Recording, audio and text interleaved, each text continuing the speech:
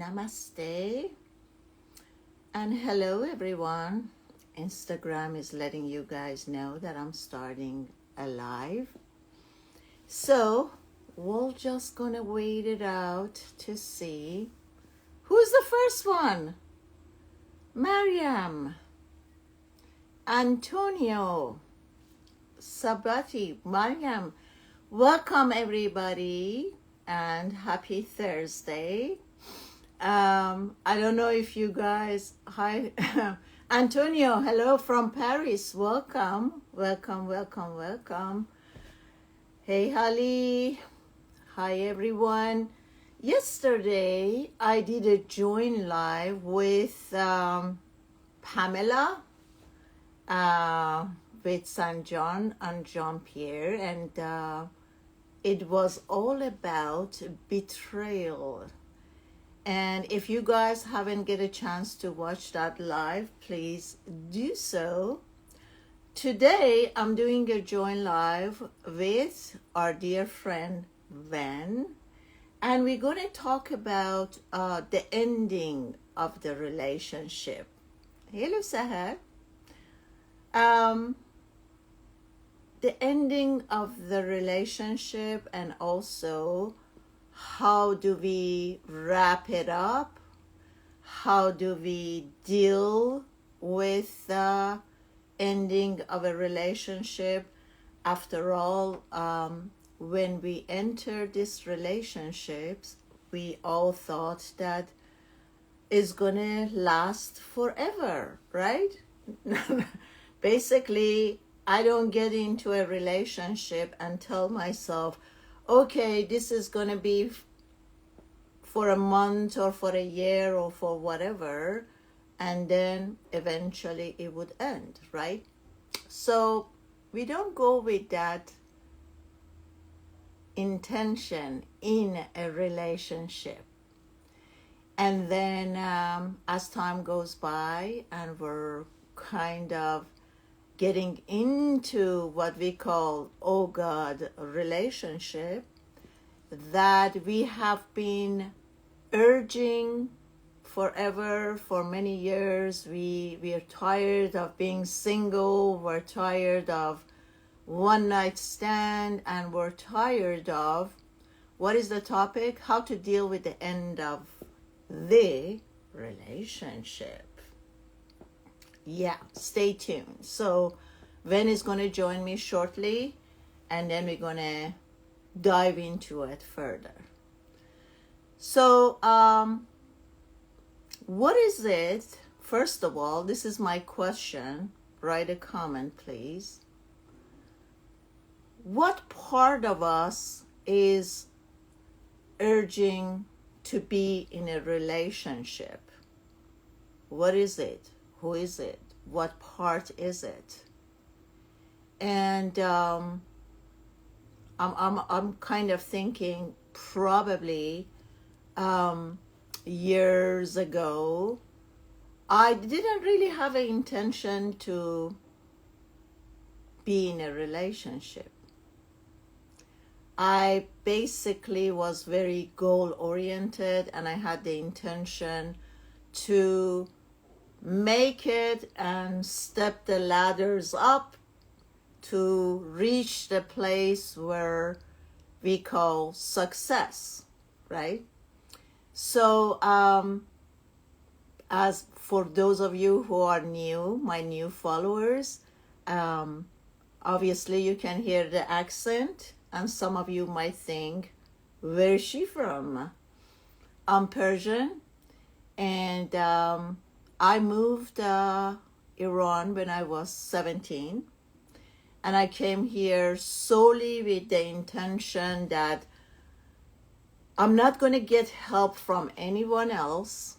I'm just going to not only make it on my own, but be at service and help others, even in my teenage. So relationship wasn't a part of this, because when we, as a coach, when we give you the chart to fill up the chart and see where you're standing in every areas of your life. Work and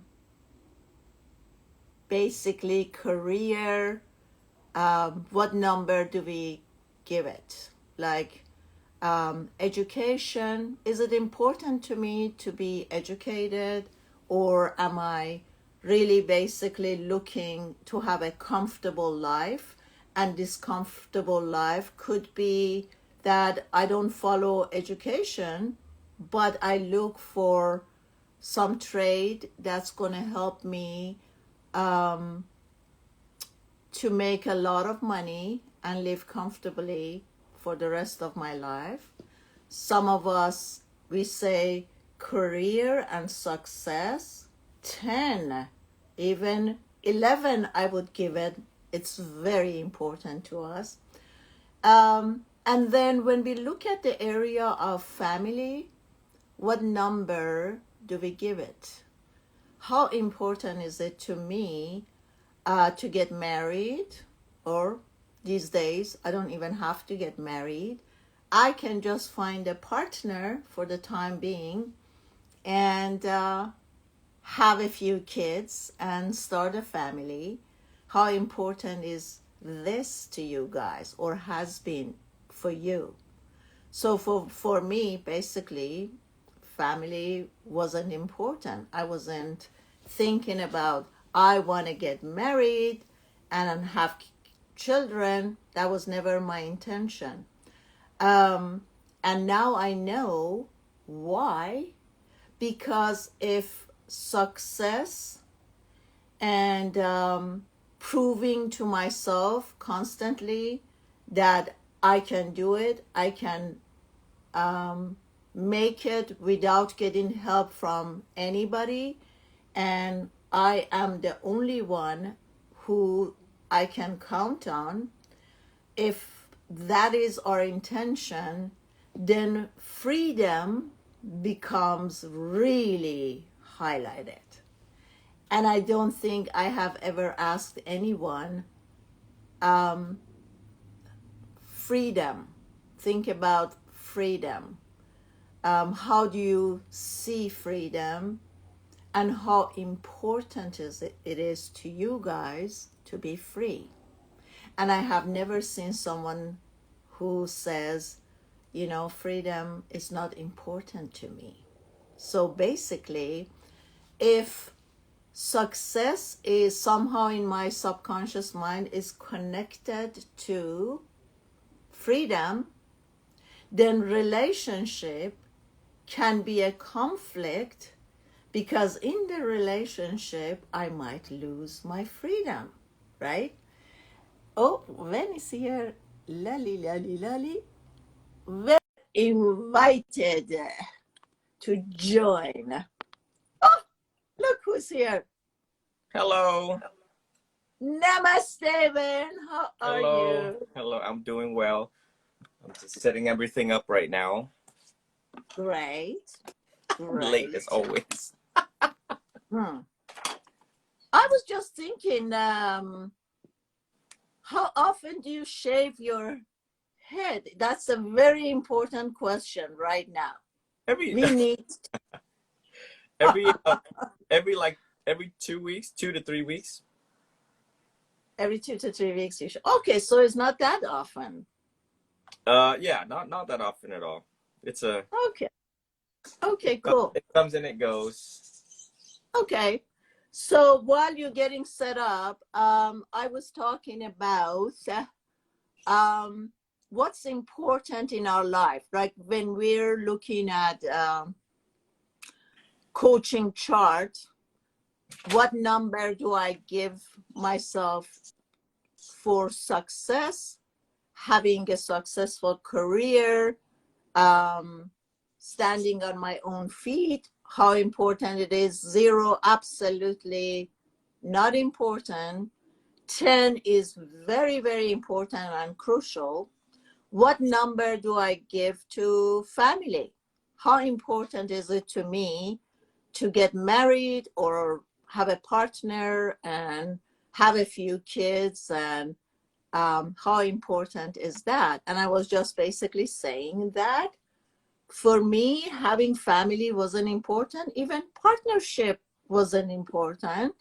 But now I know the reason being is that having a partner is taking away some of your freedom. Let's face it, guys. Like, when you're single, you wake up anytime you want to, you go to bed whenever you want to.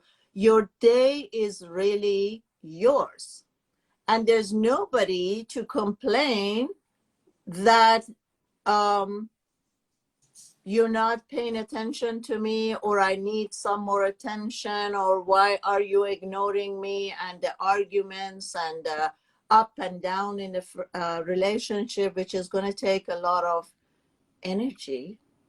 So I'm ready. some of us are like, no, thank you very much. Relationship looks and sound very tempting, but not for me, or maybe it isn't for me right now, right? Okay. Sahar also said yes. So now let's pass this stage. Let's come to the place that, okay, somehow, somewhere, somebody showed up and we got attracted. This character that I have been sending out the invitation to, consciously or unconsciously, or from my subconscious mind, this character, Johnny Depp knows that well with this. Oh, okay. So, yeah, somehow I am now into a relationship or partnership, and we tried it. I did my best. He or she probably did their best, and yet the relationship hasn't worked out. And we come to a conclusion that it's over, it's done. So the topic today is, when the relationship ends, how do you go about it? Do you guys have some tools that you can use daily that helps you with the suffering, with the loss? Because when the relationship ends, guys, doesn't matter if I ended or if someone else ended the relationship, either way, the translation is loss. And then probably in that loss, I'm going to start beating myself a little bit, because I could have done better. I could have been better. I should have been smarter. I should have done this and not do this, or I should have said that. Maybe if I didn't say that, or if I didn't react it this way, blah, blah, blah. So when the relationship ends, we go two directions. Either everything is the other person's fault, I'm not taking any blames here, or the other way around, that I'm taking all the blames, that I was the one who created the traumas and dilemmas and arguments and da-di-da-di-da-di-da-di-da. So doesn't matter which way we go, whether it's someone else's fault, whether it's my fault, either way, the translation is loss. I wasn't successful at doing it, right? And sometimes we try and we try and we try, and somehow it doesn't work out, right? So when the relationship ends, what do you do with yourself? When the relationship ends,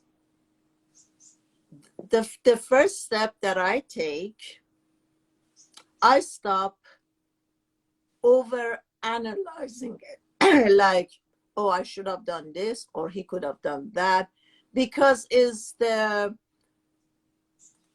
chatter in the mind that we cannot remove ourselves or cut out the karmic tie with the person that we're in a relationship, and we're constantly reliving the loss. And then the next step is grieve. And then, as you guys know, grieve is a huge topic that I covered a few months ago. So how do we go to the grieving?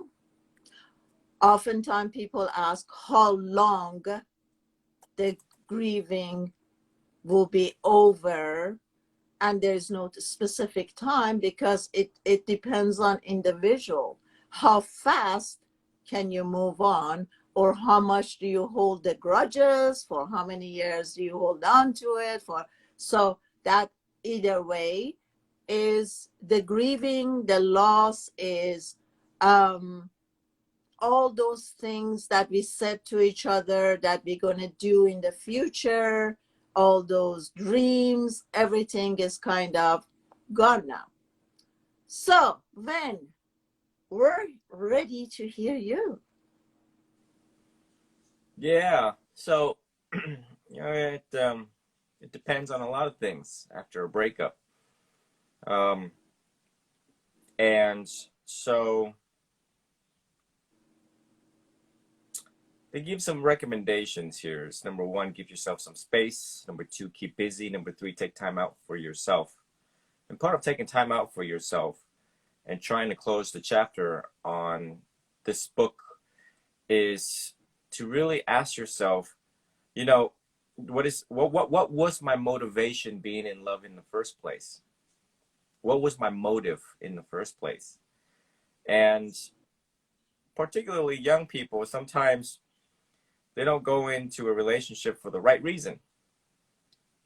Or, sometimes they go into it trying to find that happiness, thinking that the other person could actually make them happy.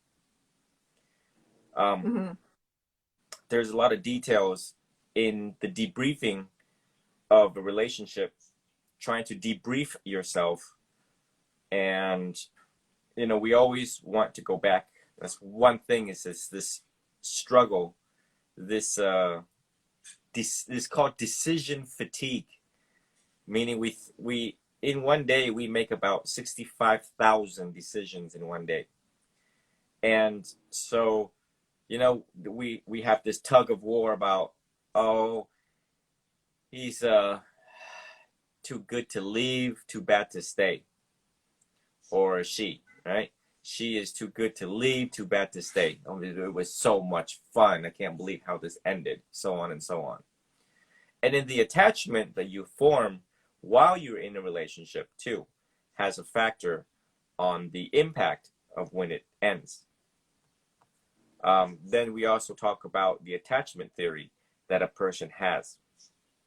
I would say 80-90% of why people go into love is because it was something that was external, outside of themselves, versus versus doing the homework about themselves, knowing themselves, which is the spiritual path, and then going into a relationship readily equipped to approach the relationship skillfully. And it is exactly that. It is the unskillful part that ended up, resulting in the breakup, subsequent breakup. So there's just a lot to think about here, because I think one of the mistakes people do is try to go back to it. And we've seen that before. You and I have seen that before, where people go back like 5 times and still fail. And it just gets worse and worse and worse. And then they don't give it time to reflect and think. And then, it could be the right one for you. He or she could be the right one for you. But the fact that you didn't do this properly, you didn't give it time, you didn't reflect, you didn't look at how you contributed to the downfall of the relationship, could ultimately end it. You could really burn that bridge. Absolutely. So part of the reflecting, and from a Buddhist standpoint, is, in a relationship, there's 50-50. And one must ask oneself, first and foremost, okay, the first thing they should do is ask themselves, how did they contribute to the downfall of this relationship? It's really easy pointing fingers, towards the other side. He cheated on me. He has anger issue. He was controlling. He was jealous. He wouldn't let me out by 10 o'clock at night, so on and so on. It's always the other person's fault.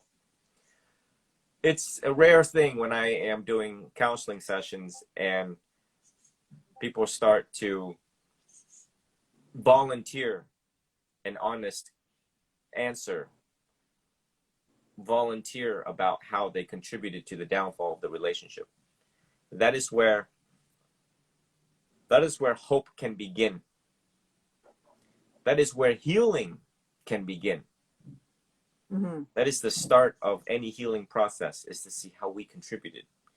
Now, of course, it is not a one-size-fits-all, and sometimes it is not your fault, absolutely. But we have to rule that out. We have to rule out a lot of things in order to heal properly.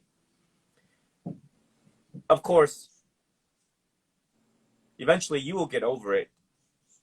And what we don't want down the road is for you to make the same mistake to result in another breakup. Breakup after breakup after breakup after breakup. And some people do that in this cycle for like 40 years.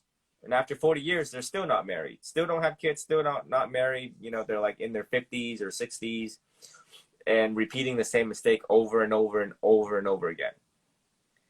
So every breakup that you have experienced in your life, you want to take that as a learning lesson. You want to take that real nice and slow.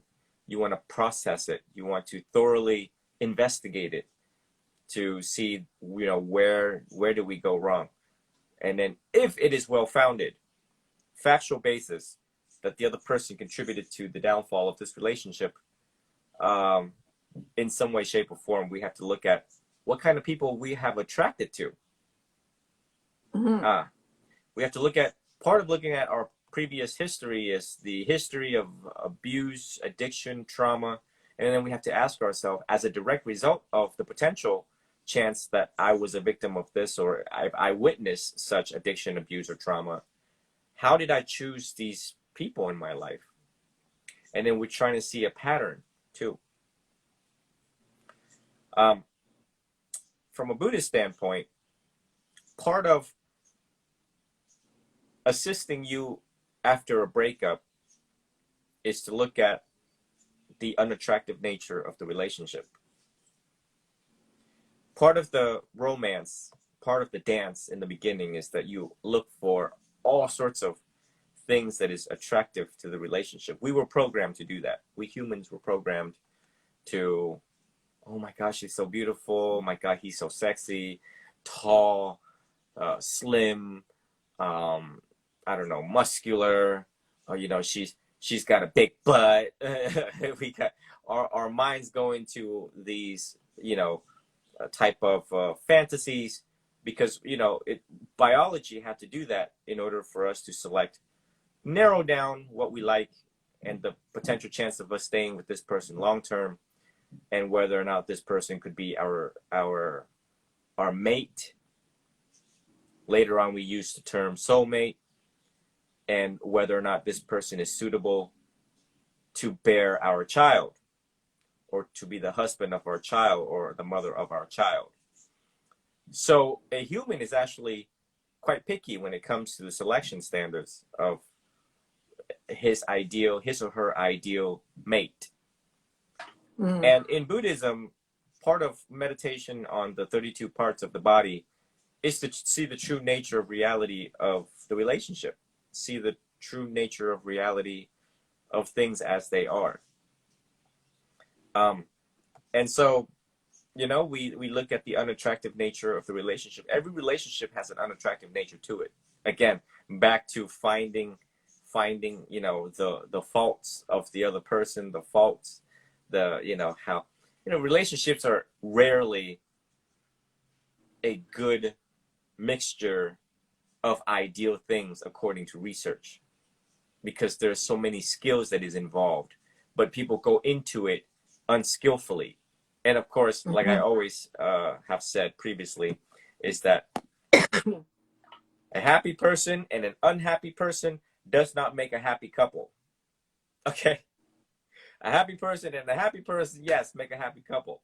Okay? But then you also have an unhappy person and another unhappy person, and that is just really toxic. All right? So when with any breakup, you know, really you have to try to separate your emotions and your intellectual ability to think clearly apart, separating the emotions from trying to remain objective about this relationship, about what happened, how did it happen, and really try to be assertive to yourself. And, you know, really creating, maybe it's going to be the first time you ever created a policy for yourself, a policy of, yeah, I can never be treated that way ever again. I can't believe he treated me that way, or he or she. That's interchangeable during this conversation. So, you know, a breakup could be a good thing. The Buddha said, sometimes not getting what you want could be a stroke of good luck. Exactly. And when I look back at my relationship, so I have fallen in love about 6 times in my life before becoming a monk. Oh my God. That's a lot of falling in love, man. And I think 4 out of the 6, I actually gave a promise ring to. A promise ring. I don't think it ever got to engagement yet. Promise ring. Promise meaning I promise that, you know, I'm going to stay with you, and the potential and likely chance of engagement coming soon. And then, of course, then you have the, you know, the proposal. But I don't think it ever got to that. So when I reflected back on 6 of my relationships, of course, I dealt with, first and foremost, I was jealous, I was controlling, I had anger issues, I had all these things. Okay, first and foremost, admitting that one contributed to one's downfall. And number 2, when I look back at the details of their life and how young we were when we fell in love, or so we thought it was love, they too were not well equipped. Then when I think about this very day, if I lasted with certain people, oh man, it would have been a headache. It would have been a headache with the money management. It would have been a headache when it came to parental responsibilities. It would have been a headache coming to making decisions together, independence, family influence, friends influence, okay? Because their circle of friends were like, whoa, no, not the type of circle of friends that I would want. So time tells everything, and we are all subject to change. Change the way how we feel, change the way how we see things, change in circumstance, change in just the way how we do things, family changes, people change, period. If you let a good amount of time go by, you can actually watch certain things unfold about you and about the other person that you just broke up with, for example.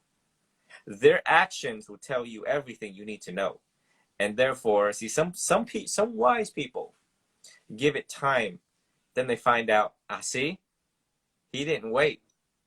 He went and dated. He rebounding, revenge dating,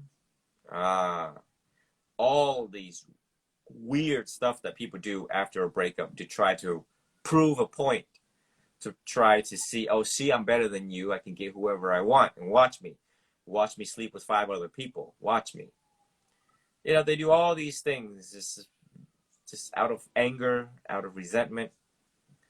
And so when you give it time, time will tell you whether the person you fell in love, their true colors will show. If they are in fact remorseful, if they are in fact grateful, if they are in fact sorry for what they did, if they are in fact grateful for you being that you were in their life, right? All these things will tell through time. A good person would wait. A good person would also reflect. Everything I'm suggesting here is both sides of the party.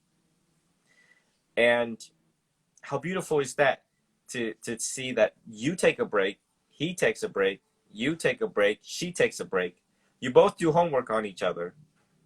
And when the time is right, it will always find its way back. Without you needing to do anything about pushing it, wanting it to go a certain direction, pushing it to go a certain way. How much we humans actually manipulate variables and factors to try to get what we want. If I can't have her, no one else can. And how much we chase their ex, or how much we try to like threaten, threaten to kill or threaten this. I mean, just people get really twisted up in the world of jealousy. The Buddha said that there is no fire like lust. There's no fire like jealousy.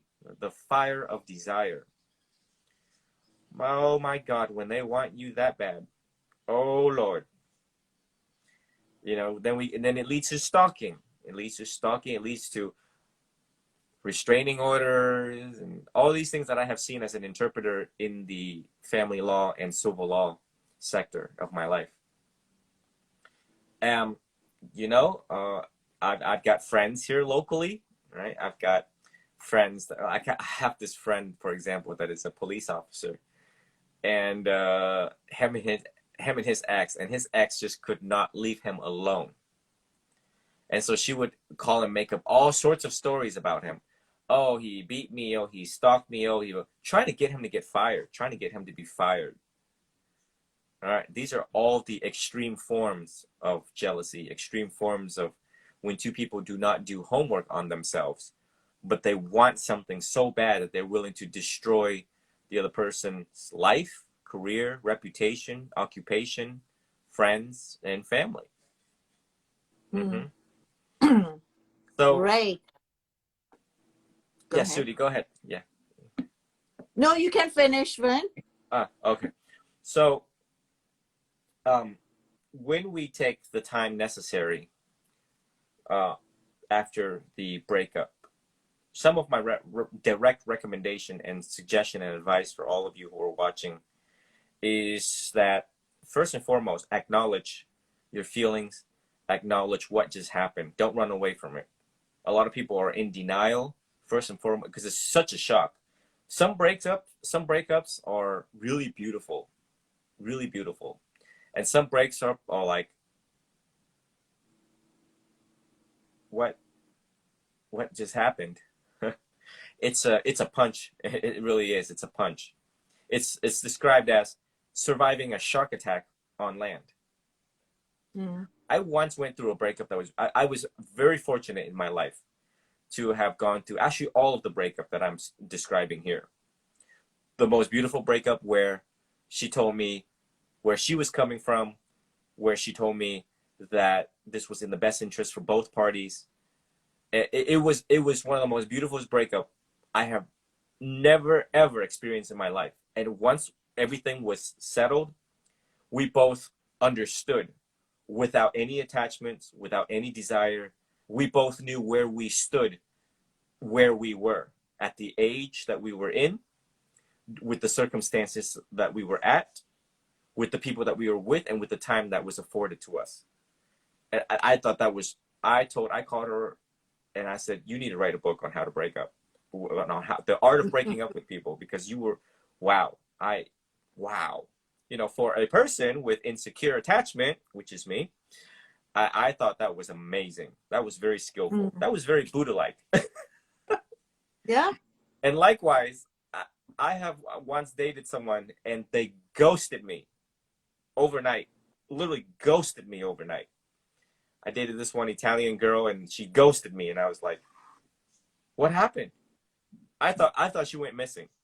So I actually called and filed a police report. I was like, yeah, I think either she kidnapped or something really bad happened, and they sent an officer to the house, and the officer was like, well, okay, well, we're going to check all the hospitals. We're going to check the jail. We're going to check everything. Da, da, da. So what actually happened? So as I'm unfolding the story, of course, this officer was in his 50s. So he's lived. Okay? And it's not his first time dealing with someone who's ghosting someone in a romantic relationship. And he told me he stopped writing in his book. He closed the book. I remember he closed his report, his whatever notepad, puts it back in behind his pocket as I'm still talking. So I'm expecting him to write more, but he's not writing anymore. He put his notepad away and he looked at me and he says, I hate to break this to you, but she ghosted you. And I was like, what do you mean? And that was a big punch, because I was left with a lot of unanswered questions. And it is exactly that, is the subsequent unanswered questions that hurt so bad. See, we humans have this trait, and this trait is we feel the need to know. We feel the need to know. Just look at our society, right? When someone gets killed, we feel the need to know how, who, how, why, when, where. The 5 W's: when, how, where, why, right? When someone dies, when someone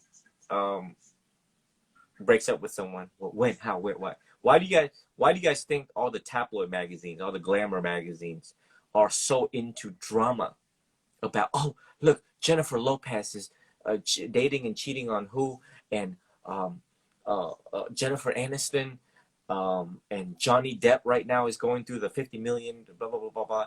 We feel the need to know about other people's business. We feel the need to know about our business. When we don't have our own business to worry about, we feel the need to know about other people's business. This is how they make money out there.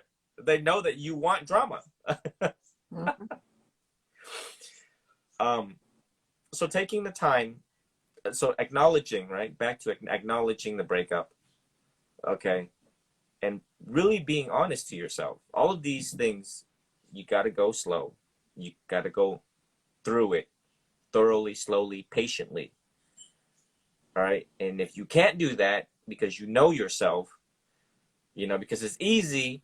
What is the opposite of what I just said? The total opposite of what I just said is that one would go out and get liquor and try to drink your sorrow away, drink the pain away, run away from what just happened because you are in denial of the existence of this breakup. So, again, acknowledging, well, all right, then go back to the blueprint. And part of the blueprint is looking at the details, which I said earlier, all right? Talk to friends and family. Sudi earlier said about the grieving process. So what is that? And how do we go through that? The grieving process is rooted in the 5 stages of grieving. It is by Dr. Elizabeth Kubler-Ross. And the 5 stages of grieving applies to an actual person departing, or like, death and dying. It's the same thing. When you're going through a breakup, you're going through the same process of death and dying, the death of the relationship. Okay. And let me bring up the 5 stages of grief. So I want to do it right. Okay. You will go through denial, anger, bargaining, depression, and acceptance. But everyone go through this differently. It's not in order. You can go through, depression first. You can go through bargaining first, you can go through acceptance first. Yeah, I do accept that this happened, and then the subsequent others 4 grief stages. Then Sudi said, well, how long does this grief can take place? Well, this is where Buddhism can help you. This is where meditation can help you. This is where some of the Eastern philosophies can help you. Is that it depends. It depends on how attached you are to the events. It depends on how much attachment you have to the person. right? And if one can learn to let go, then you speed up the process of healing. But if you keep on recycling the past over and over, how it happened, why it happened, how it happened, why it happened, oh, he was so good to me, and then then you go into the downward spiral of negative self-talk, negative automatic thoughts, negative vicious cycle of, well, I'm not good enough. Well, maybe I'm unlovable. Maybe I'm just this way. Maybe I'm messed up. Maybe I'm messed up, and it's my fault. It's always been my fault. So some of these vicious, negative thinking behaviors has to be addressed with a skilled teacher, with a skilled, spiritual teacher, a therapist, so on and so on. Or else you can prolong the grieving process. It could take years. I mean, you got to ask yourself, who has years to waste on one breakup when you have so much to do in your life, so much to live, and so much to live for your family, to live for yourself, the maximum enjoyment, the maximum capacity for the enjoyment of life. So, now that I'm 34, if I ever love again, right? Let's say I disrobe and love again, and with any breakup, I know how to deal with them. Everything I'm telling you all here, I can do myself. With unshakable faith and confidence, I can do it. If it wasn't meant for me, karmically speaking, then it wasn't meant for me. And I would tell myself that not getting what I want could be a stroke of good luck, and something else will be waiting down the road for you. And last week when we spoke, I said, whatever is troubling you, that is your teacher. So your ex is actually your teacher. When they push the buttons that they push, and you learn so much about yourself, reacting in anger, reacting in all, your jealousy, you have learned so much about yourself that you didn't even know, because they were able to pull this out of you, or they were able to activate it inside you. Or when, in a way, the partner is showing us like what level of classes are we in. Like sometimes the lessons are very primitive, very simple, that we can pass it by or get over it, or but sometimes the teacher, as everyone is the teacher, is taking us to a higher grade, and the classes are more difficult. So a partner will also bring this to my attention, that if I did soul searching, if I have spent years to work on myself and I'm feeling pretty good, and I'm thinking I have come a long way, and I'm skillful to deal with anything, suddenly this partner is bringing something up, and you realize that, with all the teachings, with all the soul searching, with me working so many years on myself,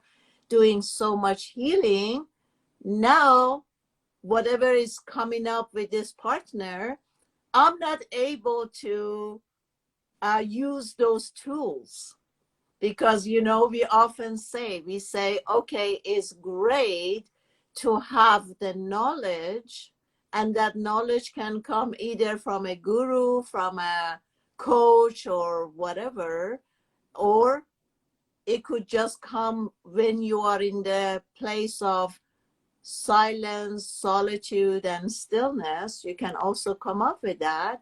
But then all of a sudden, you can't use everything that you learn. And then the whole knowledge is just like, whoop, it's gone.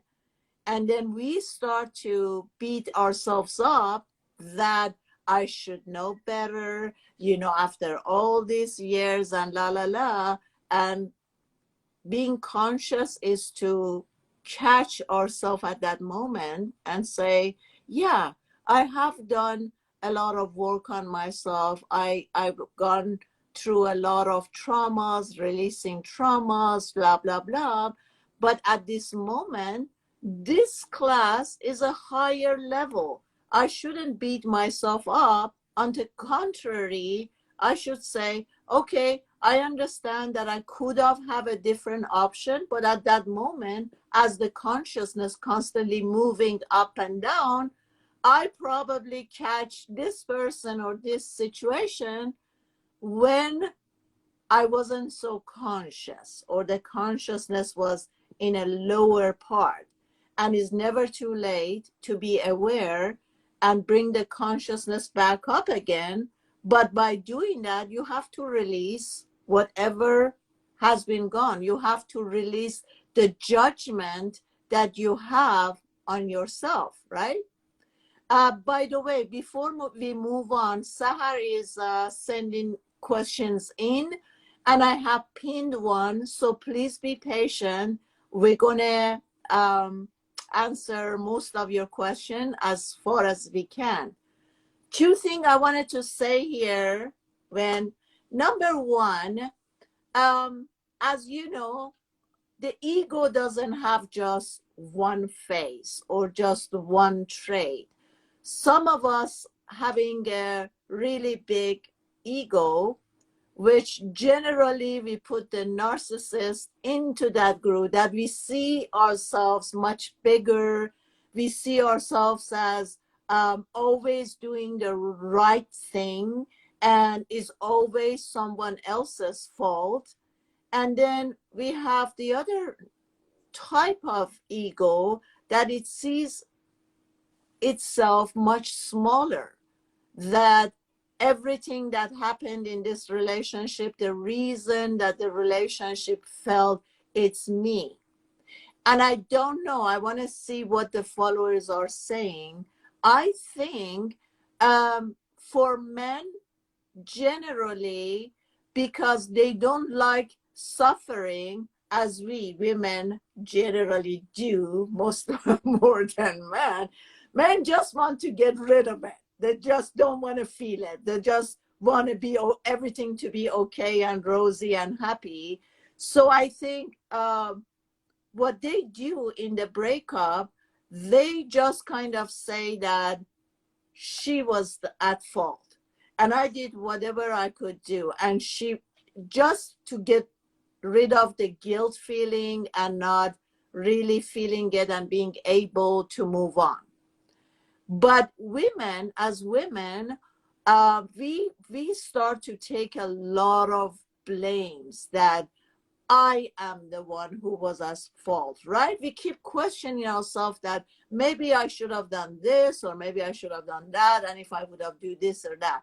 So generally, from what I'm getting energetically, is that women and men, through the breakup and ending it and the process that they going through, it's sort of different. But this is the main key that I want all of us to kind of contemplate and see if it resonates or it makes sense for us or not. We often attract what's familiar to us, the type of relationship that we have learned when we were a kid, and the relationship between our parents.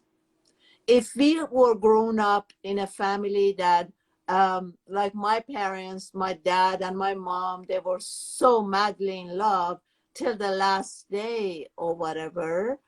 And I learned in my upbringing that there was so much respect.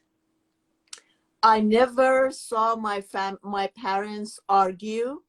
They probably did in their private space or when they shut down the door or whatever. But I never noticed them arguing. It was so much respect and so much love. Even as a child, I could see when the way they were interacting with one another, even though there weren't words, you could see the love, the way they looked at each other. So that's what I picked up. That's what I learned at the beginning, the relationship. Now, oftentimes, this is not the norm. The majority of us human has been growing up in an abusive family. There has been a lot of fights and arguments and all of these unhealthy relationship. And that's what we picked up. Subconsciously, we always attract what is familiar to us. Now, what happens when two people get together? And for instance, I'm coming from a place that my upbringing has been love and respect. And then my partner comes from dysfunctional family pattern and no respect and no love and all this stuff. What happens when we come together? I want you to be conscious because in order for us to really find the truth in why the relationship has ended, we have to really come from a clear lens, to be really truthful, to know the truth and to see the truth, to be able to diagnose the real deal that went on, not what I'm perceiving from the ego mind, right? So you really need to, maybe sometimes in this part, you have to find somebody who can diagnose what the issue has been.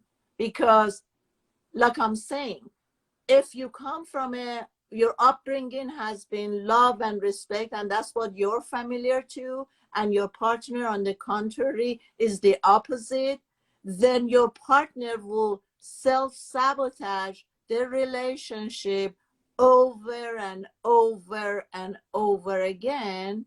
Why? Because they don't know what a healthy relationship is.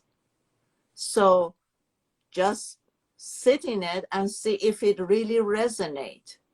In your childhood, what was the relationship between your parents or your caregiver? What was the relationship? What did you guys pick up?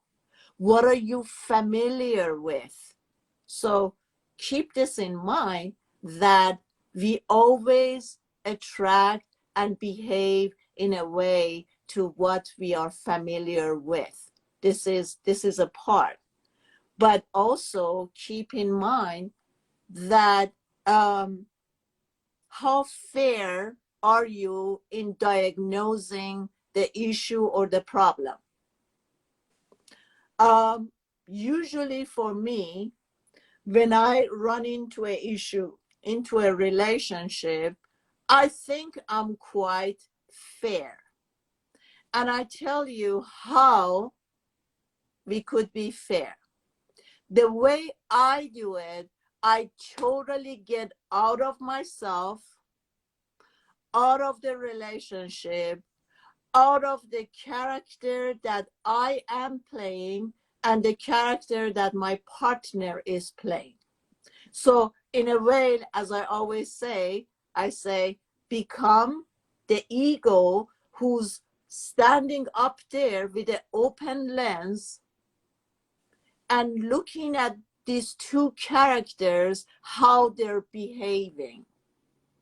Then you can see that it's not about me, me, me, me.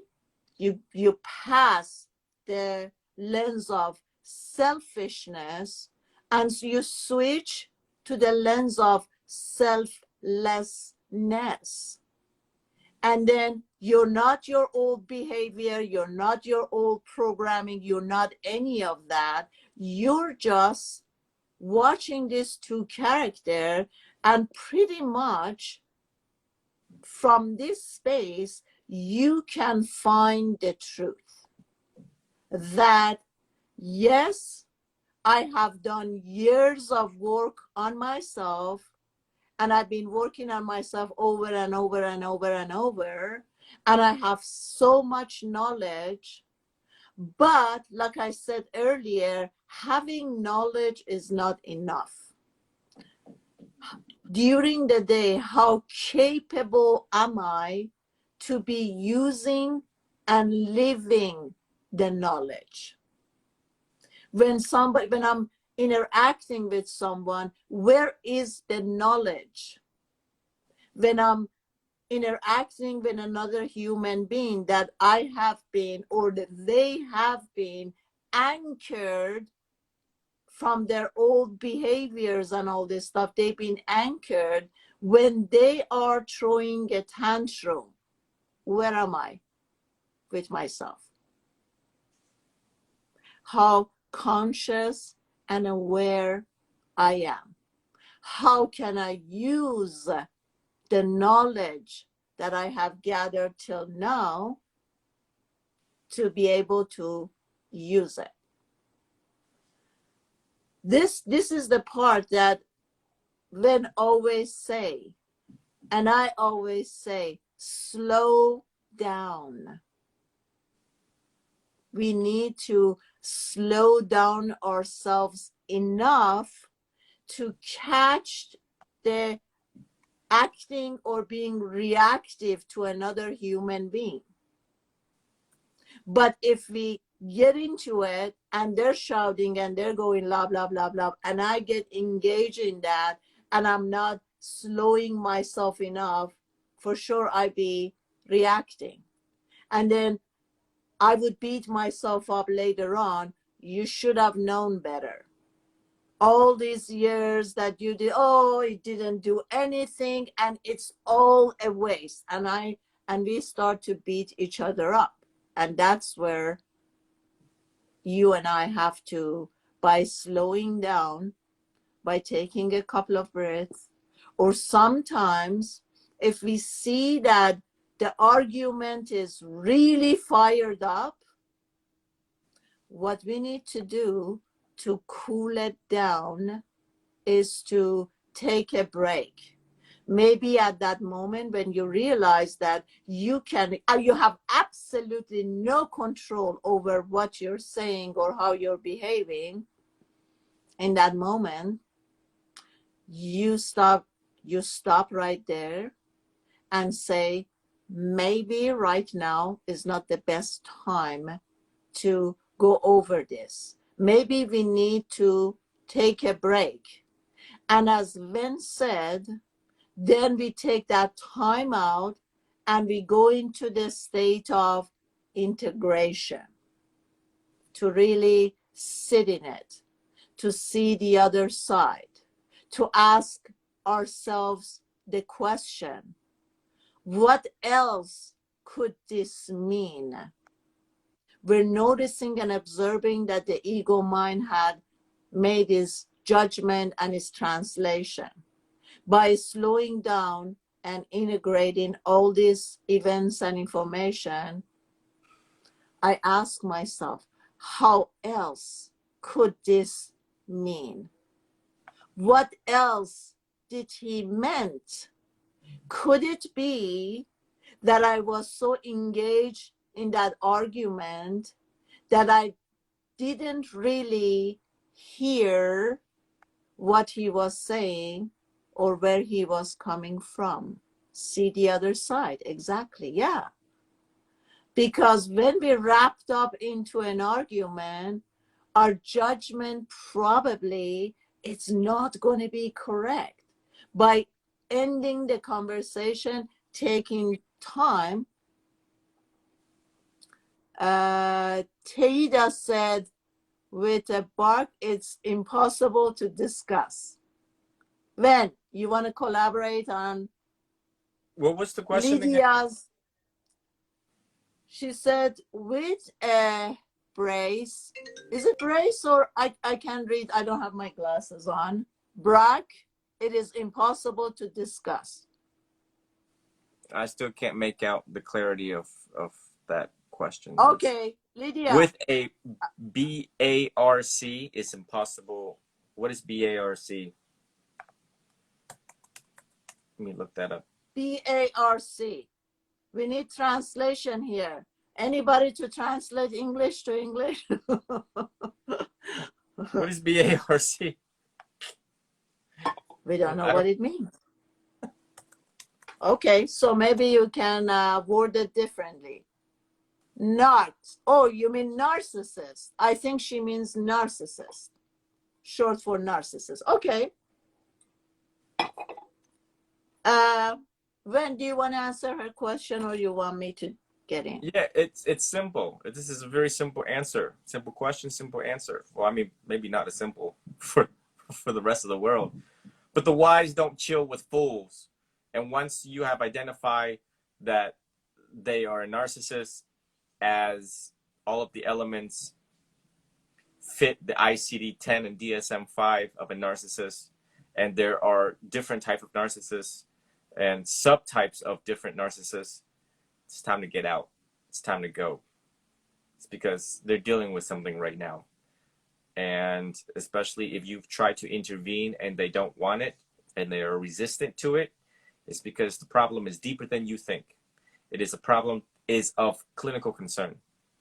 And even though the love is there, you know, it's you have to ensure your own peace and health, because any mental health issue that is of clinical concern that you're trying to help them solve, but not a professional yourself.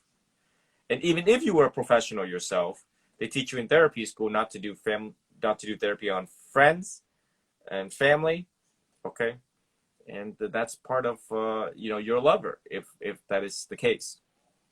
And so narcissism in its extreme forms, very extremely toxic, could tear things Yeah, apart. so she added to her comment, she said, what do you do when this narcissist is your ex and you have a child with this narcissist, and somehow you cannot totally close or shut down the relationship?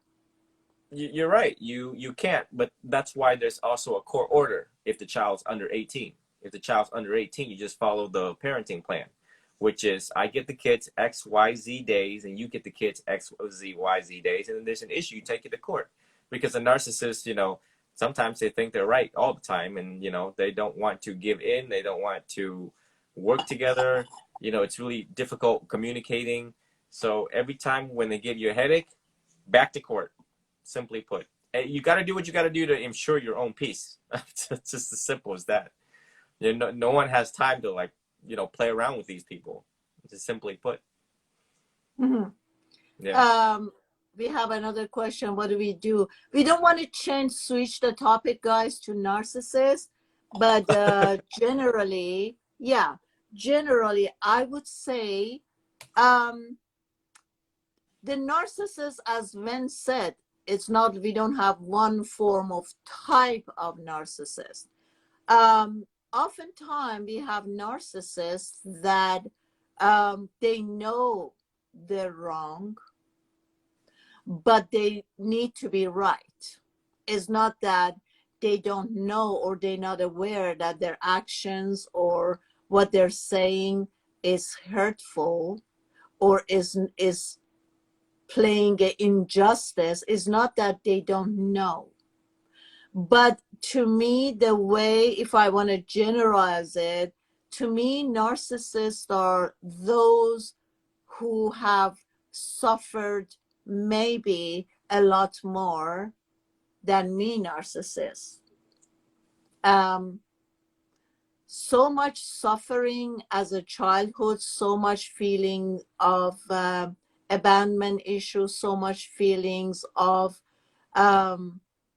not being able to deal with situation, or feeling of unsafety. When I'm growing up in a family that is so dysfunctional and there are so much abuse going on, and I'm feeling unsafe, how does a child learn to deal with this? Ask yourself. You feel hopeless. You feel helpless.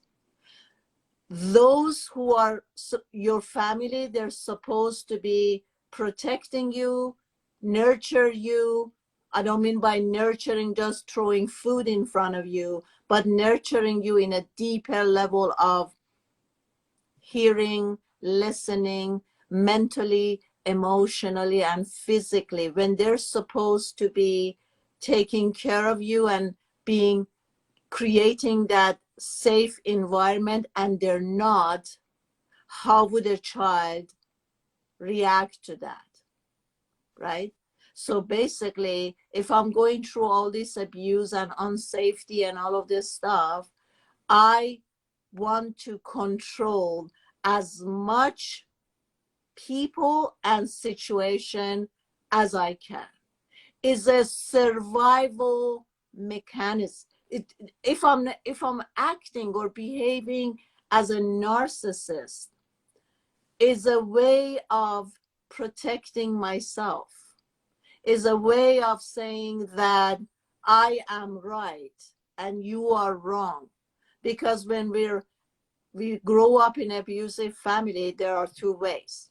Either we become the abuser, or we go totally the other way around and we tell ourselves that I would never, ever abuse anybody, right?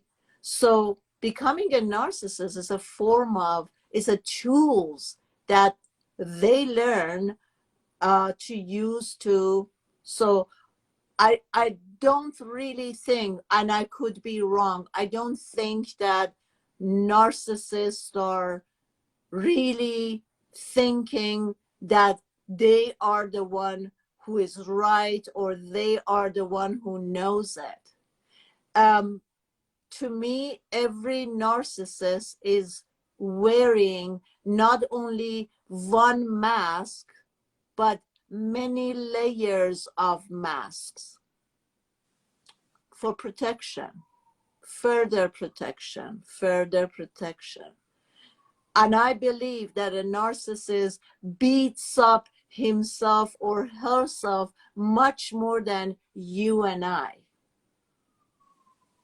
So we have to be aware not to get fooled, but what we're seeing here, realizing that you are only dealing with layers of masks,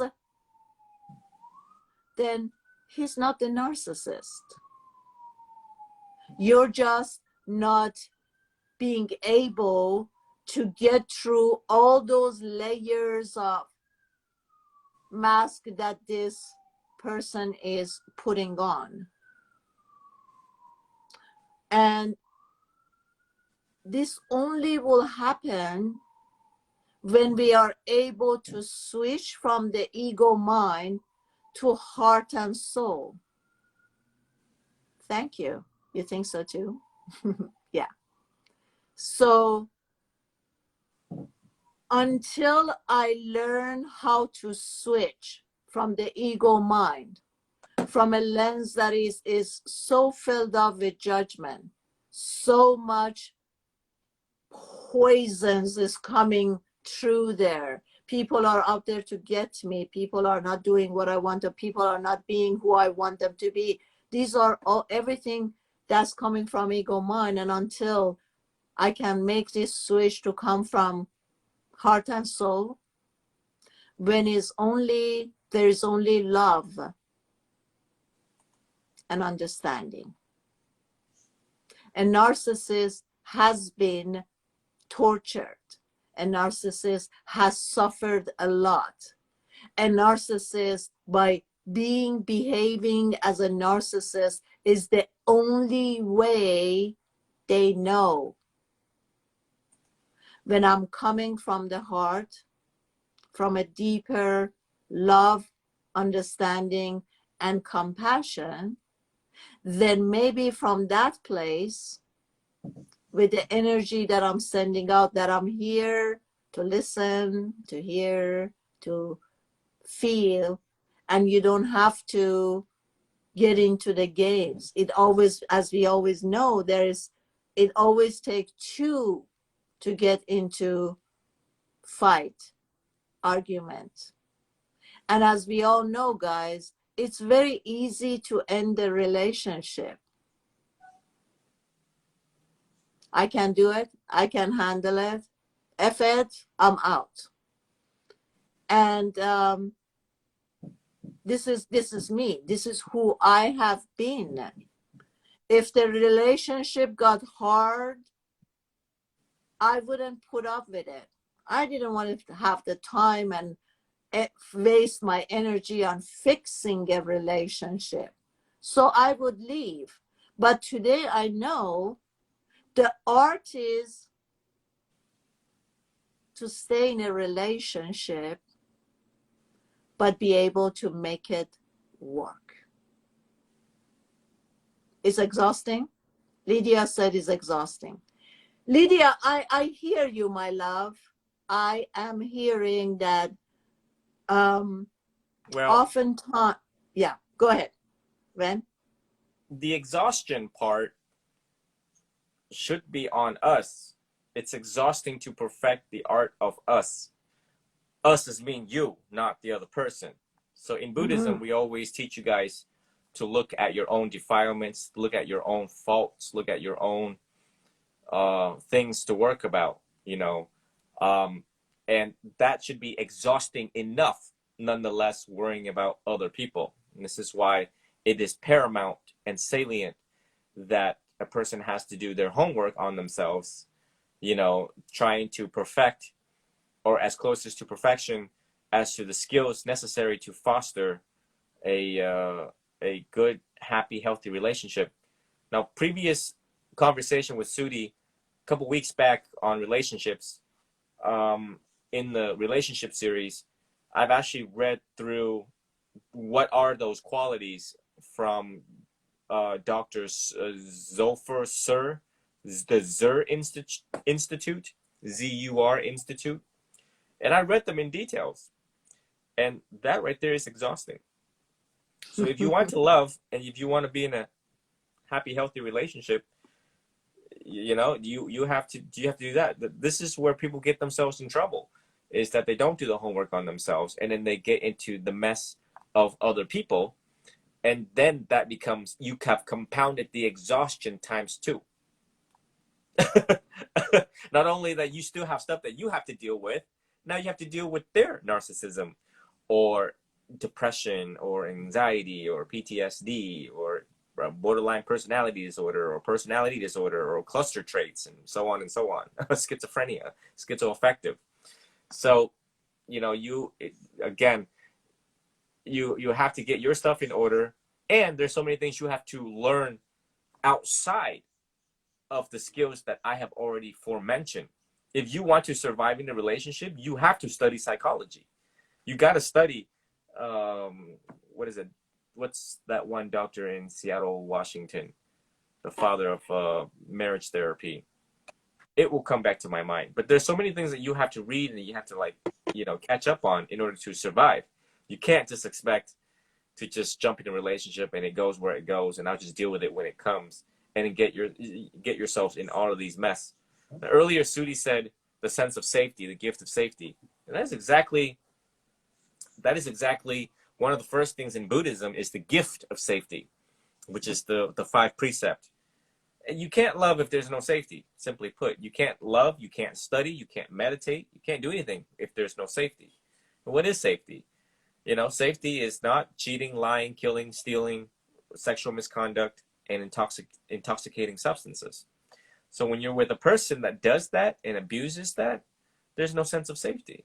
So now you have double the headache. You have triple the headaches, actually. So again, everything that we discussed today, you got to reel it back to yourself and the amount of work that you have to do with yourself. And that is exhausting enough. So I just wanted to give that friendly reminder. Just wanted to give that friendly reminder on that. You know, Yes.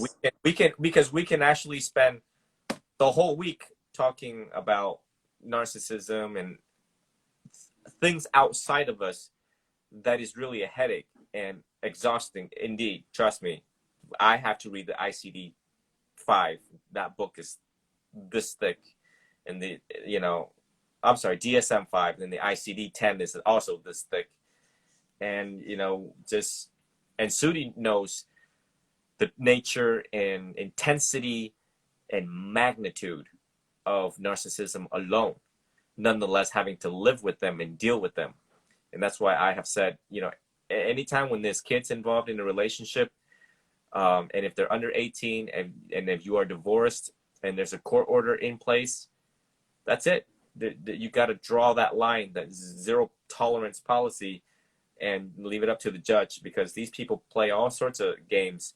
You know, they don't want to be wrong. They don't want to be right. They want to take parental rights away from you. There's all these weird things. And it's just like, listen, dude, I'm not dealing with you today. You can tell that to the judge and hang up the phone. Yeah. What I would do maybe in this situation is, Vin and I did a live last Thursday from the code of what's his name? Be formless like water. Be formless like water. Bruce Lee. Okay. We talked about attributes of being formless. And I said the way I look at being formless, which is my daily practice, is that I often ask myself, how empty am I right now? And we talked about it, and I told you about the relationship that I'm in, that I said at the beginning, I said, I came here empty. You're still very full. How could we work on a relationship?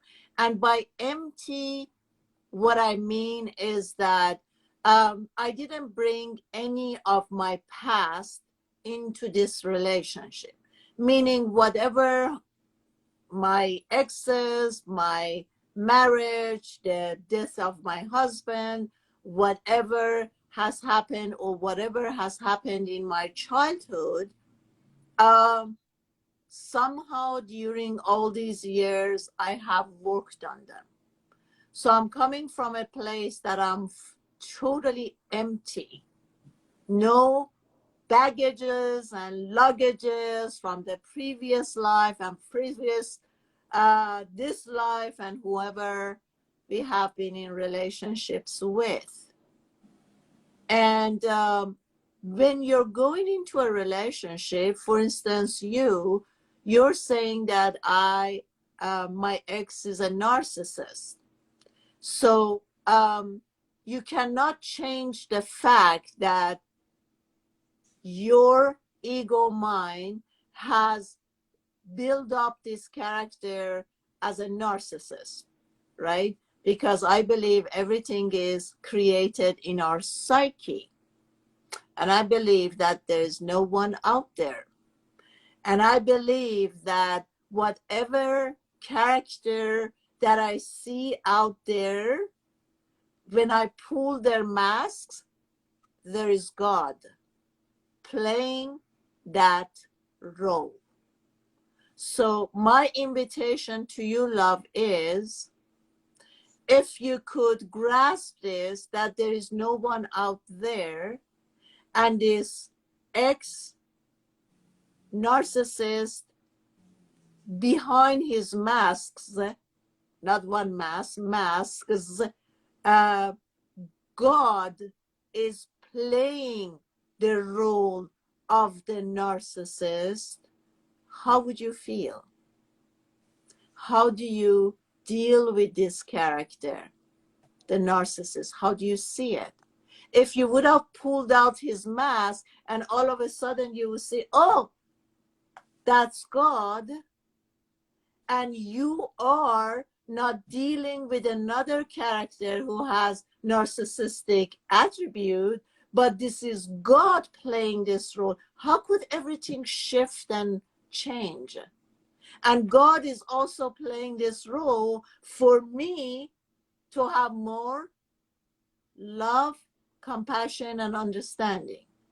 And every single day as you wake up, can you erase all the memories, everything that happened, all this stuff?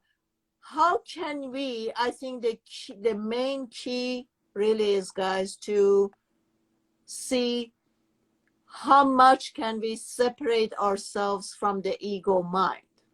Because as long as I am identifying myself being the ego mind, the misery, the trauma, the storyline will keep repeating itself day after day after day.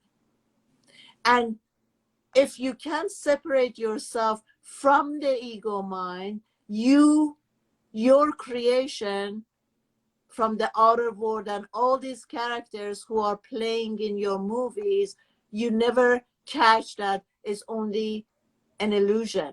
There's only Maya. So how empty can I be every single day? That whoever this character has been, whatever role this character has played till this moment, is only for me has been solely contracted for me to see how I overcome this challenge.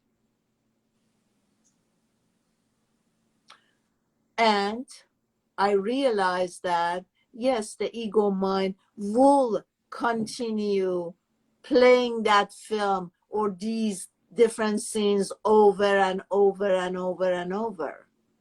But if I believe that the movie is real, nothing will change out there.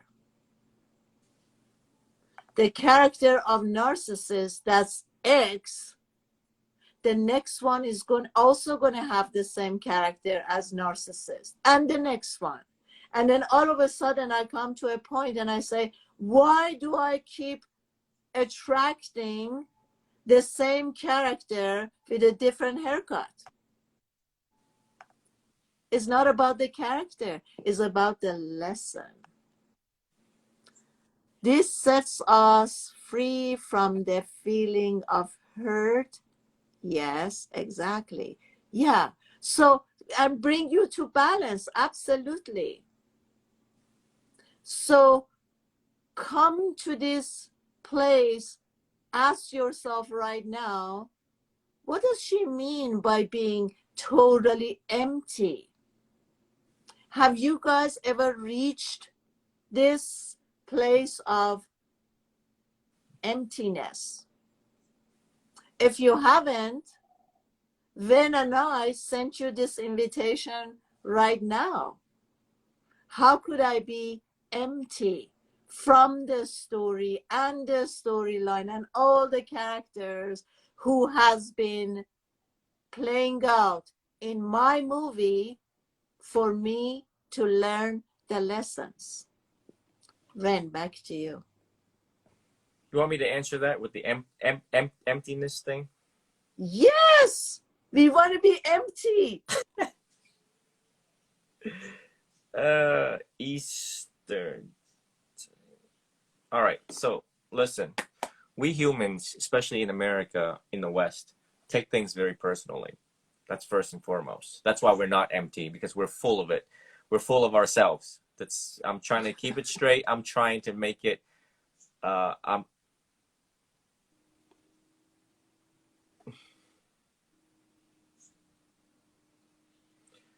so just again, it is an individualistic society, not collectivistic society, comparable to society in the East. And so we take things very personally. It's like, oh, how dare him break up with me? Who does he think he actually really is?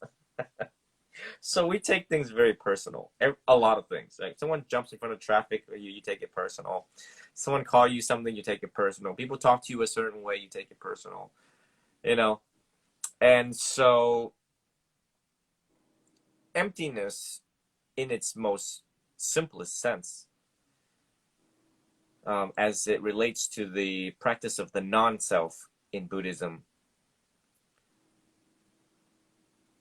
is not taking things personal and just seeing that we're just a visitor and that we are subject to these things happening to us, and that we had choices, And we put ourselves in these positions as a direct result of our choices, right? You came to this world.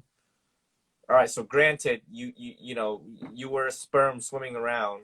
You didn't have a laptop saying that, hey, I'm ready to come out now, and to your parents. So yeah, so they did what they did out of pleasure and desire, and now you're here. Now you're here stuck paying bills.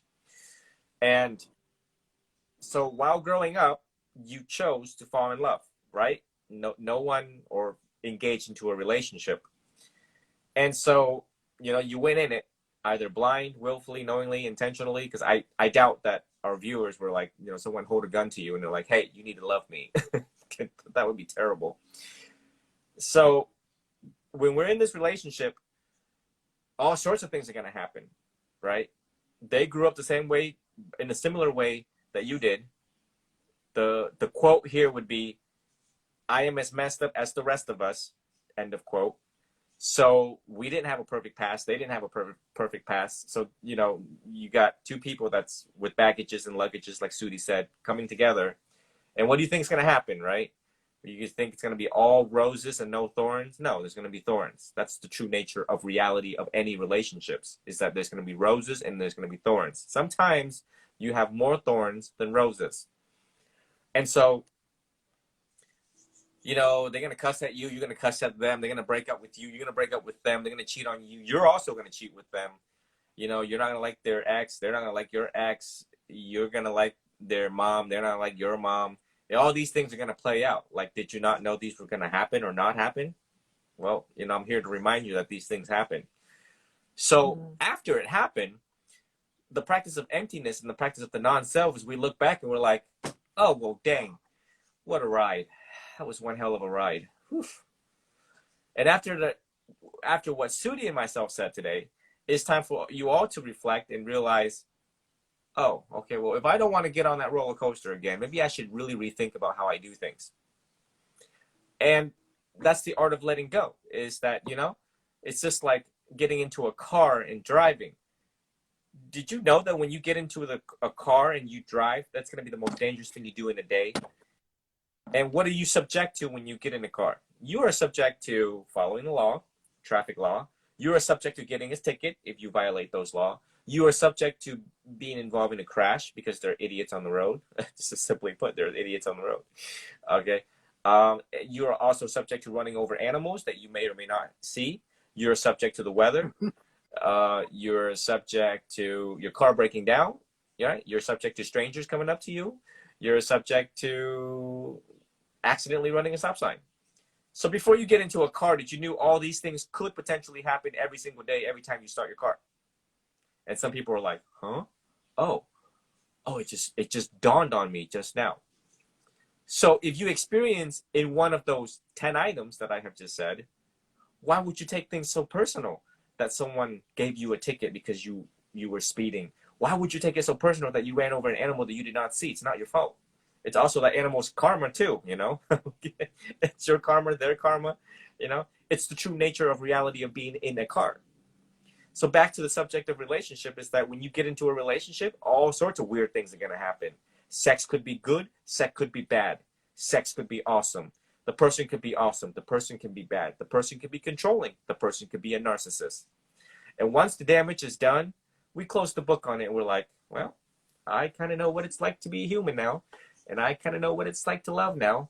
And now I make a more informed, intelligent, wise choice here on forward. And we move on with a sense of humility, with a sense of compassion. And we no longer stuck in the past. And then we become empty again. You become a whole new blank slate platform again. And that's how you fall in love again. And that's how people are going to really be attracted to you, because they're like, wow, and especially after hearing your history, and they're like, whoa, that radiant shine on your face. My God, you've been through how many divorces? 4, and you're still like this? Man, you're amazing. You're a superwoman. Wow, I'm so lucky to be with you. You tell the next person that you are skillful enough to start all over. You are skillful enough to start on a blank platform. You need to live the example of this very highly spiritually attained woman or man. Well, man, woman, interchangeable. And, that's how we all move on, right? And I hope to inspire all of you by and through my own life. I mean, I would describe my own life as an experiment. And isn't that an experiment? Our whole life is an experiment, simply put. You experimented in this relationship. You failed. And they failed. And everybody failed. And you become a better person as a direct result of this failure, no matter how much it hurts. Yeah, it sucks. It really does. Same thing with people who get into car accidents. They're like, yeah, I got into this crash and then my neck now hurts and this now hurts. But we humans are incredibly resilient. We learn to tolerate. We learn to have a capacity to hold all of these things that make us human, the humility of a human, endurance, where we have the ability to endure through the test of time, the test of faith, the test of time, the test of love, right? So you got to really muster up and use willpower and approach it more intelligently the next time around. So that would be my definition of emptiness. That would be my definition of how do we start to look at emptiness. It's because all of us are full of ourselves, full of it, full of a lot of things. You fill in the blank, whatever full of you have. And like that, you can start blank all over again and pretend like it didn't happen. You can let go. You can forgive. And you can also forget.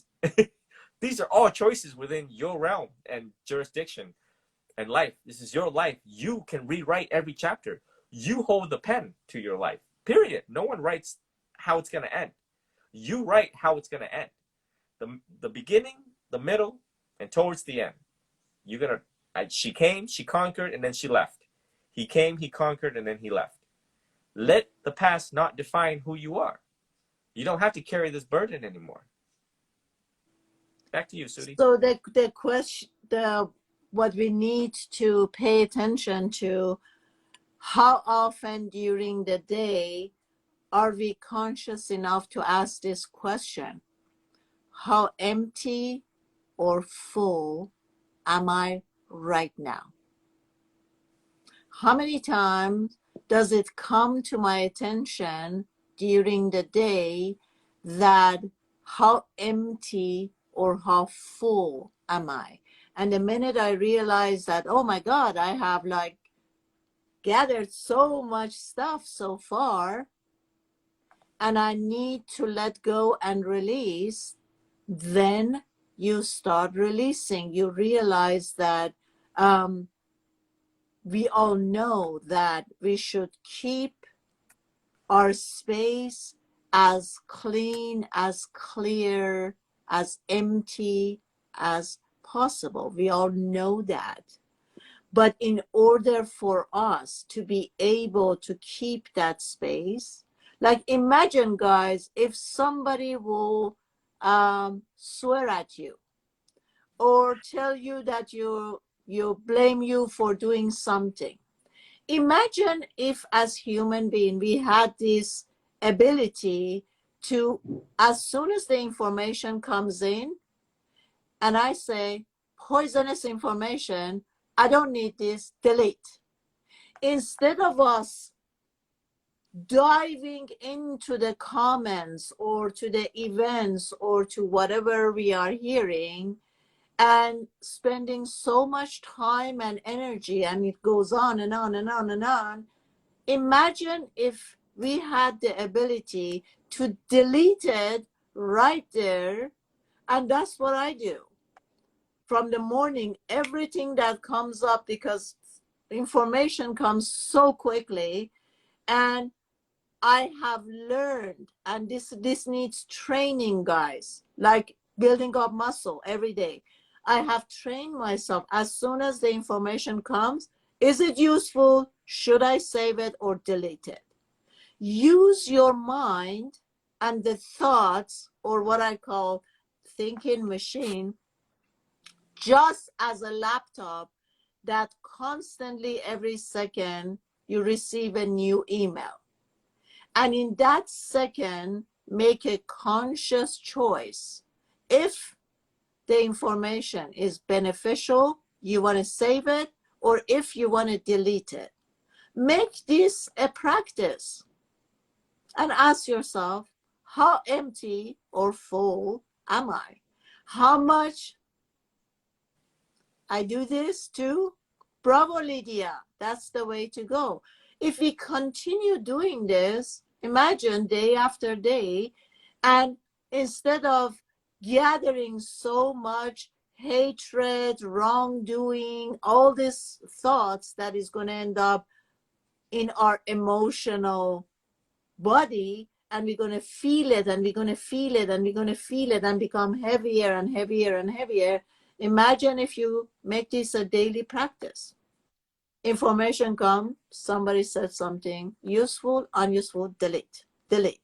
And try to see how much during the day you can delete and how much you can keep your space clear, non-poisonous, because today we put so much attention if there is a mold here or mold there, or is this good? But when it comes to our mind, which is the most important thing, we don't detect at every second what information is coming to me, how important it is that if the information is not positive, is not helpful, is not useful, delete it right there.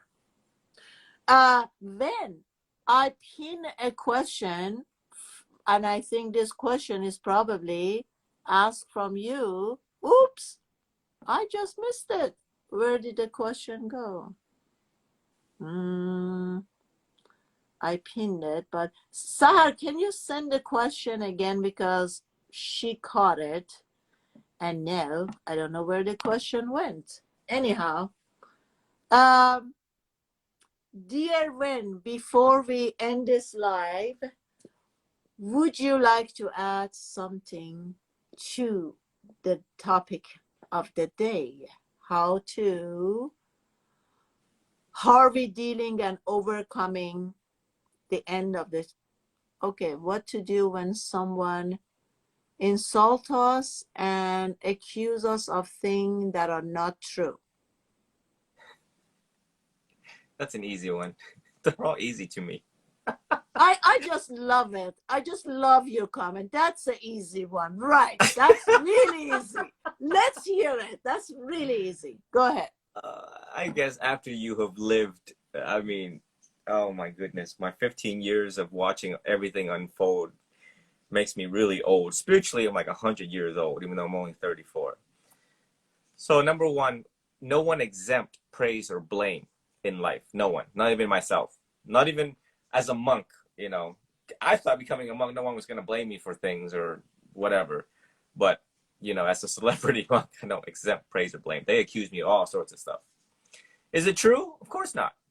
So why would I have to worry about it if it's not true? Why would you have to worry about it if it's not true? If someone called you a thief, are you stealing? Right? Okay, then. Now, what if someone calls you a dog? Aha. This was an example that Ajahn Chah gave. Oh, so it's like someone called you a dog. And so Ajahn Chah would say, well, look behind you. Do you have a tail? You don't. You don't have a tail, right? Then why would you worry? You know? The wise don't chill with fools. Those who tend to put you down is a fool. A fool is one who speak foolishly, think foolishly, do foolish things.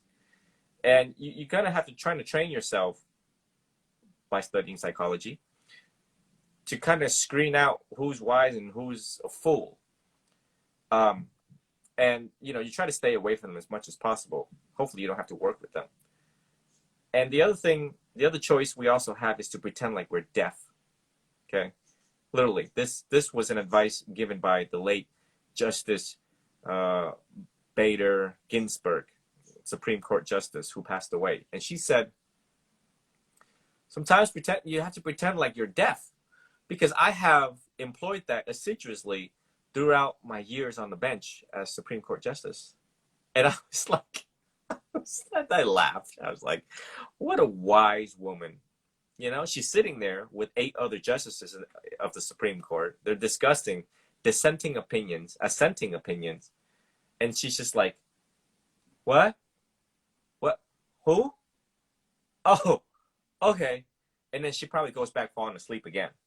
Because she did that once. Actually, during a photo shoot, she just like falls asleep. I would probably think that she's meditating. So again, we take things very personally. You are dumb. You are worthless. You are a beep. You are a doo-doo. You know, we have so many choices. Why would you? It's a gift, right? When they're cussing at you, when they're calling you name, they're trying to give you a gift, even though it's a really bad gift. It's like I don't want to. I don't want anything to do with that.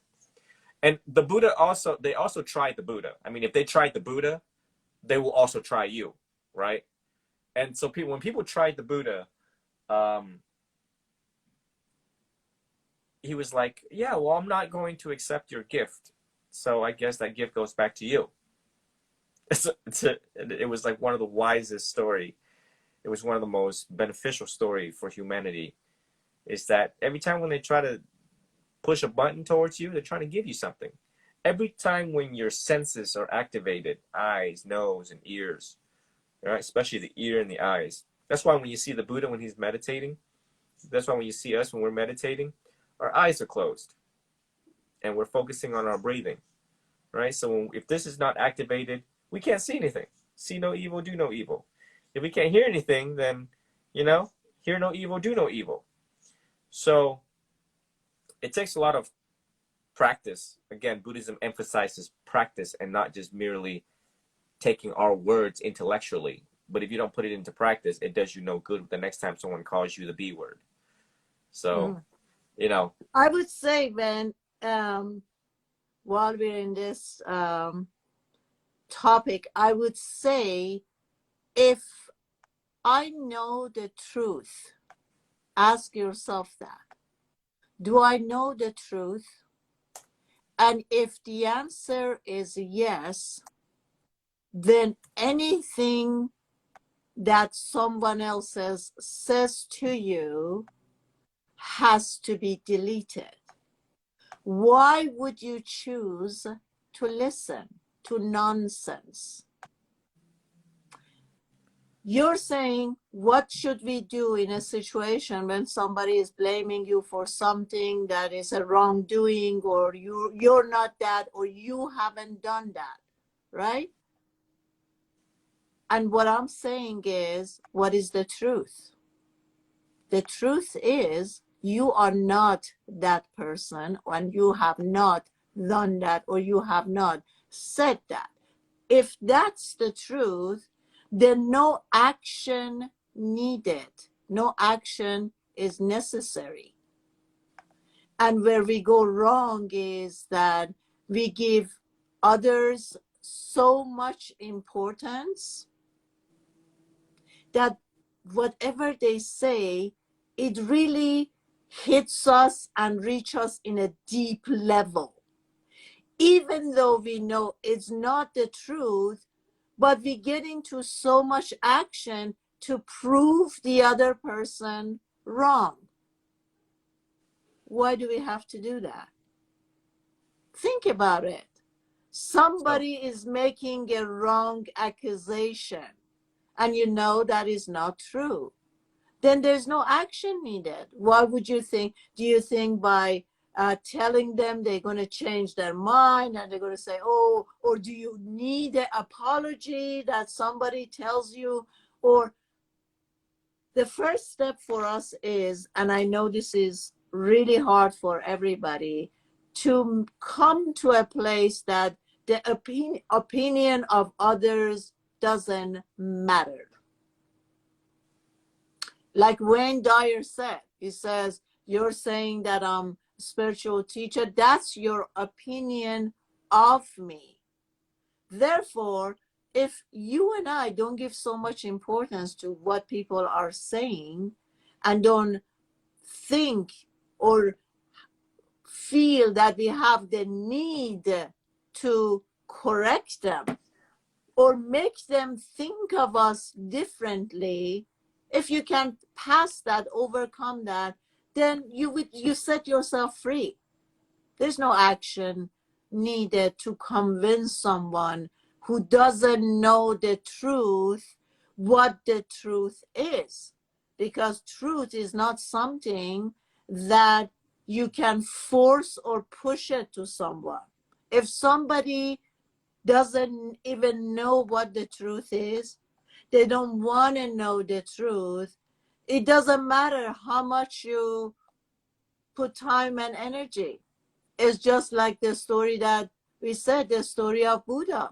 If you keep forcing someone, giving something, and that other person is not accepting it, it's coming back to you. So drop the need. Drop the need that you have to have other people to like you or to agree with you or think like you or act. Drop the need.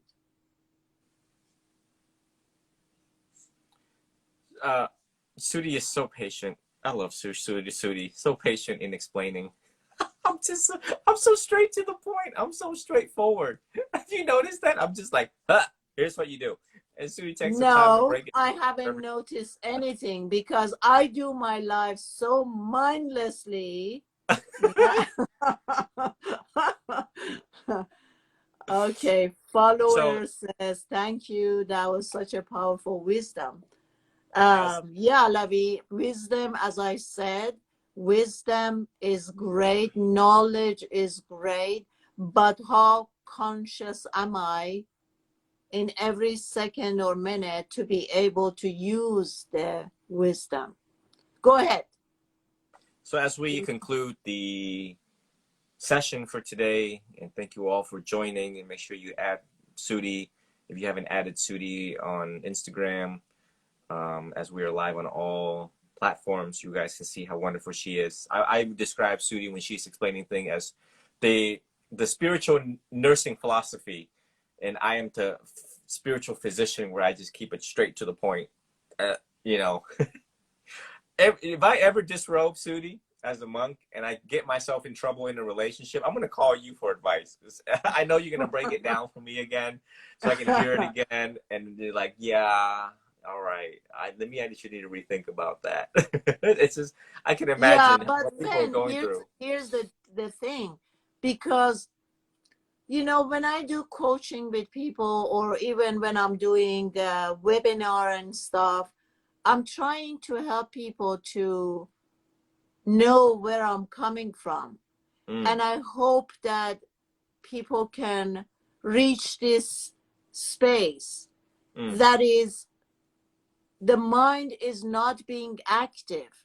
And I keep repeating myself because the mind and ego doesn't have the intention of awakening or enlightenment. Know that the mind and ego does not have the intention to help you wake up from this dream.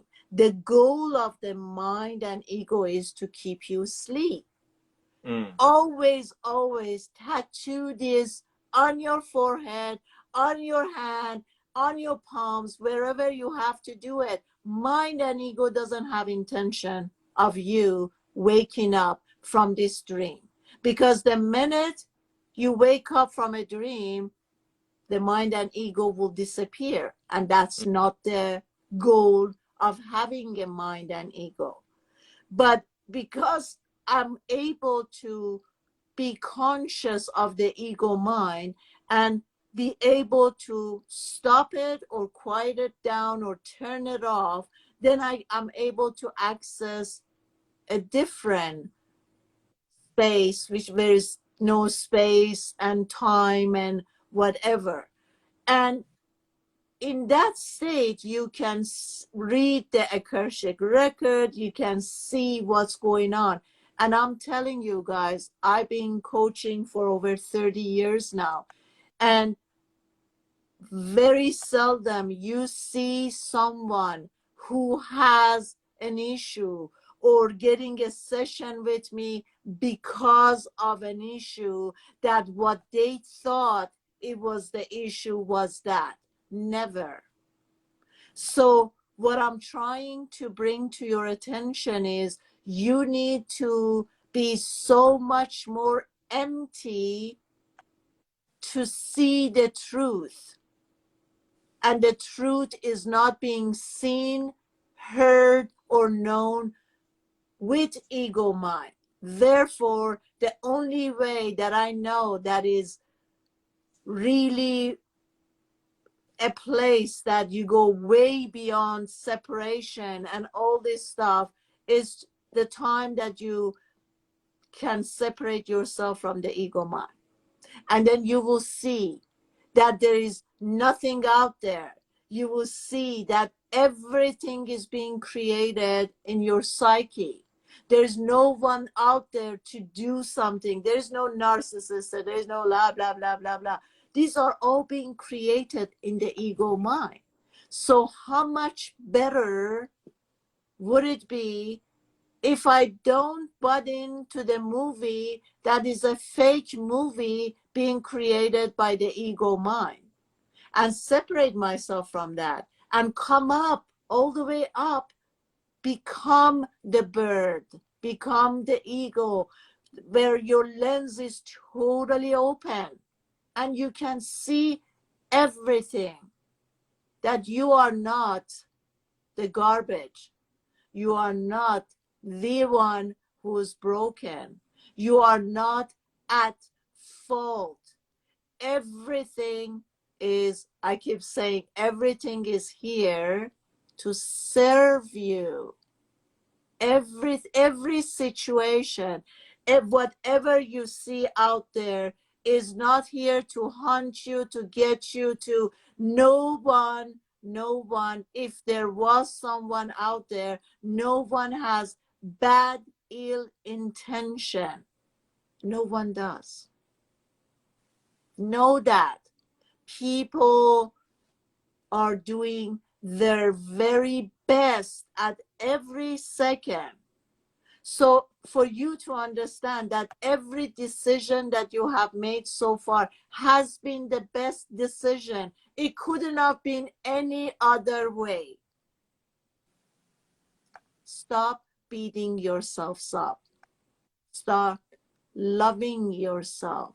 Start, instead of going and searching to see what's wrong with you and fix it and how to become whole and to become those actions are not going to help you. Instead of all of those actions, start knowing the truth. Who are you? And when I ask myself, who am I realize that I'm not my mind, I'm not my ego, I'm not my emotions, I'm not my physical body, I'm not the stories, I'm not the dramas, I'm not the traumas, I'm not broken, I don't need fixing, I don't need, all of these actions are being created from the ego mind. Switch and know, who am I? I'm a small particle of the wholeness, the universe. Yes, that's who you are. So as we conclude today's session, I just wanted to add a couple things about the blame things, because that's a big thing towards the end of any relationship. And it didn't even have to be a romantic relationship. It could be a relationship in occupation and work, and relationship with family, about the blaming and the accusations and the allegations to come. So, as you realize that it is not true, and again, even if whoever calls you all these horrendous things, the Buddha teaches us to live your life as if none of it is true. To live your life as if none of it is true. And if you are interested in living a noble life, that's something that we don't ever hear in society, is what a noble woman or what a noble man he actually really was. Then all of you can research the Noble Eightfold Path. It is universal, eight steps that you can see very clearly, you can practice very clearly, no matter what religion you are. And if you do that, then you have lived the blameless life. And in a quote, death is not even feared by one who has lived wisely. So if you've lived wisely, you won't even fear death.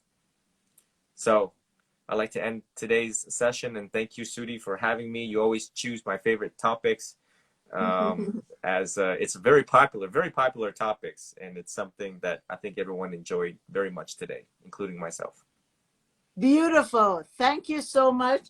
Then we're going to keep in touch. We're going to find another amazing topic, and we continue on our join live. Thank you so much, everyone, for being here. As you know, me and my followers love Len, and we don't get enough of him, so we're going to continue our join lives together. And from those of you guys who haven't followed Ven yet, please follow Ven. And thank you, Idebi, for following me.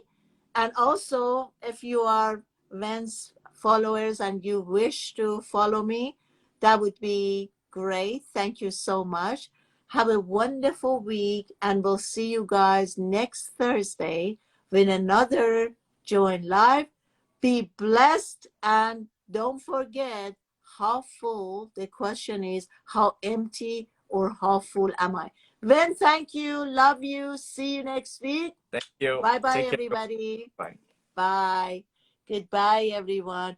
Okay, guys. Also, I wanted to tell you that my YouTube channel is Sudi Burnett English. Sudi is S-U-D-I. Burnett is B-U-R-N-E-T-T, like my name here.